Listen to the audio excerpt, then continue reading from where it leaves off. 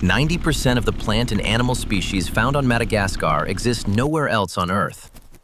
No landmass of comparable size on the planet comes close to matching that figure, and researchers have not fully explained why isolation alone should produce diversity this extreme. The island broke away from mainland Africa roughly 165 million years ago, then drifted apart from India tens of millions of years later, leaving it alone in the Indian Ocean ever since. Some biogeographers now classify Madagascar not as an offshoot of Africa, but as its own miniature continent, a distinction built on how deeply its biology diverged from everything around it. Over the next few minutes, we'll move through the island's strangest confirmed cases, ending on a captivity mystery that scientists still cannot fully explain. Here's what we actually know about that isolation. Madagascar is roughly 1,000th the size of Africa.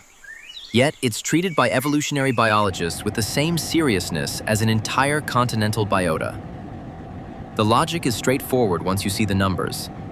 Close to 12,000 plant species are found on the island and nowhere else, alongside primates, carnivores, and reptile lineages that split off from their mainland relatives so long ago that almost no genetic overlap remains. That's the baseline most of this list builds from: total isolation, sustained for over 100 million years, acting like an evolutionary pressure cooker. But here's the detail that doesn't fit the story most people already believe. The Baobab tree is treated almost universally as an African icon, the silhouette on postcards and nature documentaries about the savanna. In 2024, a genomic study confirmed that baobabs actually originated on Madagascar and only later spread to mainland Africa and Australia, most likely carried across the ocean as floating seeds on ocean currents. Of the 8 recognized baobab species, 6 exist only on Madagascar. The 2 that made it off the island did so tens of millions of years after the genus first evolved there, which means the plant the world associates with Africa is, evolutionarily speaking, a Malagasy export. That's worth sitting with for a second, because it raises an uncomfortable question about how confidently we assign living things to entire continents based on where we happen to first observe them. If a species this globally recognized was misattributed for so long, how many other iconic African or Asian species actually trace back to islands nobody bothered to check? That's a fair thing to argue about in the comments, because the Baobab case isn't an isolated embarrassment. It's a symptom of how taxonomy has historically worked, assigning origin based on where colonial-era botanists happen to be standing. Officially, the explanation for Madagascar's biodiversity is simple. Isolation plus time equals divergence. The problem is that isolation alone doesn't explain the sheer concentration of extremes the island produces, rather than just difference. Take chameleons. Madagascar holds close to half of all chameleon species known to science, despite representing a sliver of the planet's land area. That includes the largest chameleon ever documented, and, at the opposite end, the smallest reptile species currently known to exist. That smallest case has a name and a date attached to it. Brookesia nana, described formally in 2021, is a chameleon small enough to perch on the tip of a matchstick, with adult males reportedly measuring under half an inch in body length. It was found in a fragment of degraded high-altitude rainforest in the north of the island, an area so small and so specific that researchers have expressed concern the species could lose its only habitat before it's ever studied in detail. No one disputes that it's real. It's the question of how something can evolve to be this small, and why Madagascar keeps producing extremes at both ends of the size spectrum, that remains genuinely unresolved. If topics like this are the kind of thing you find yourself thinking about after the video ends, this channel exists for exactly that. Documented, verifiable anomalies tied to real places, without the exaggeration most content in this space leans on. This chameleon case is a good example of why. It's not a legend or a rumor. It's a formally described species from a formally published paper. And it's still strange enough to make you stop scrolling. Here's another lineage that didn't just diversify on Madagascar. It survived there after disappearing everywhere else.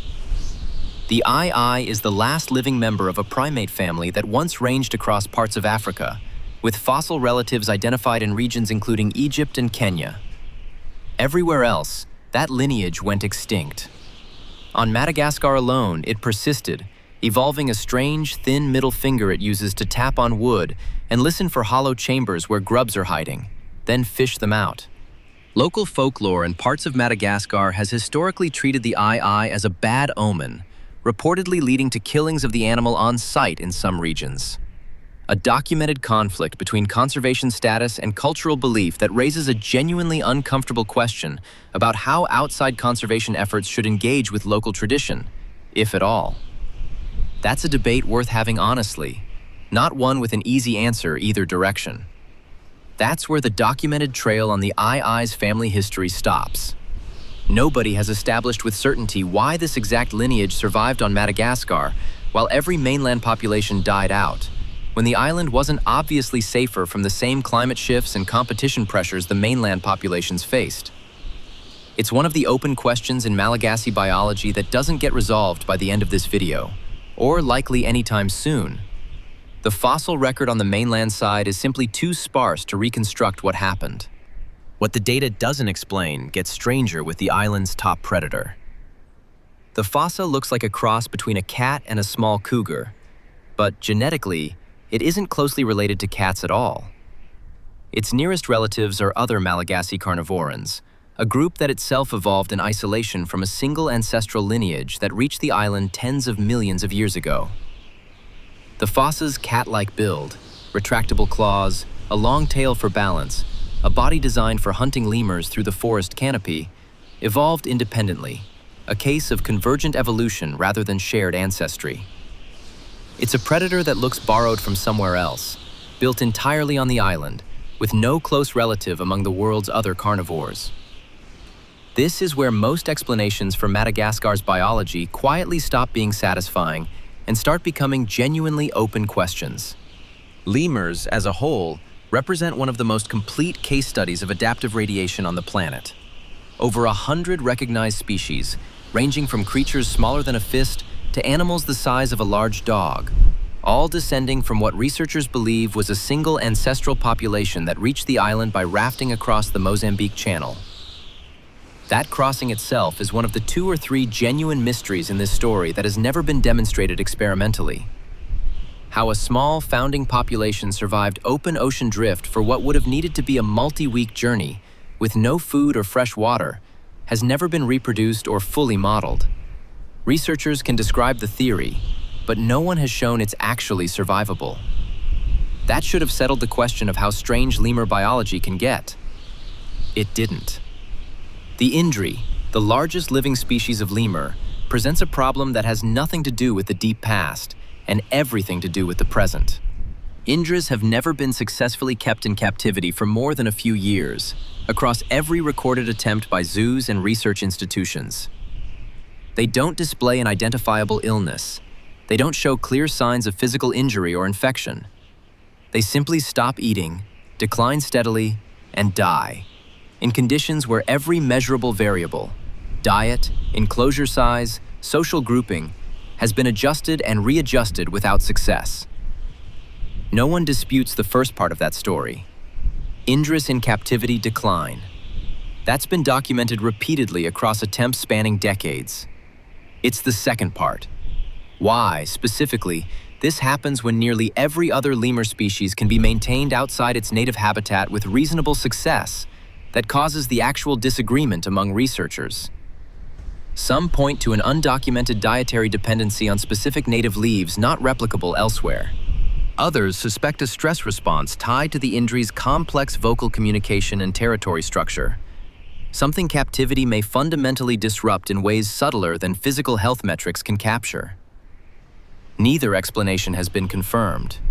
This remains one of the most stubborn open questions in primate conservation, and it means the species can only be studied, meaningfully, in the wild. A fact with real consequences given how limited and fragmented Madagascar's remaining forest cover has become. So, return, for a moment, to that opening number. 90% of the island's species exist nowhere else.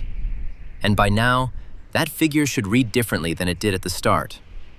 Not as a static statistic, but as the outcome of 165 million years of isolation that produced a tree the world misfiled as African, a chameleon small enough to lose in a garden, a predator with no true relatives, and a primate that apparently cannot survive being removed from the exact forest it evolved in. What's proven here is substantial.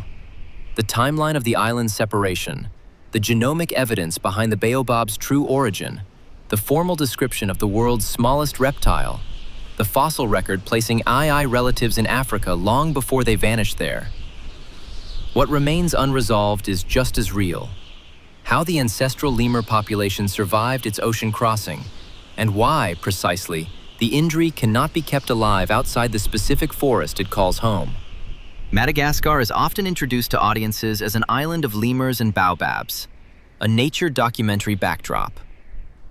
What the evidence actually supports is something closer to a laboratory that ran for 165 million years with almost no outside interference, and is still producing results that don't fit into existing frameworks.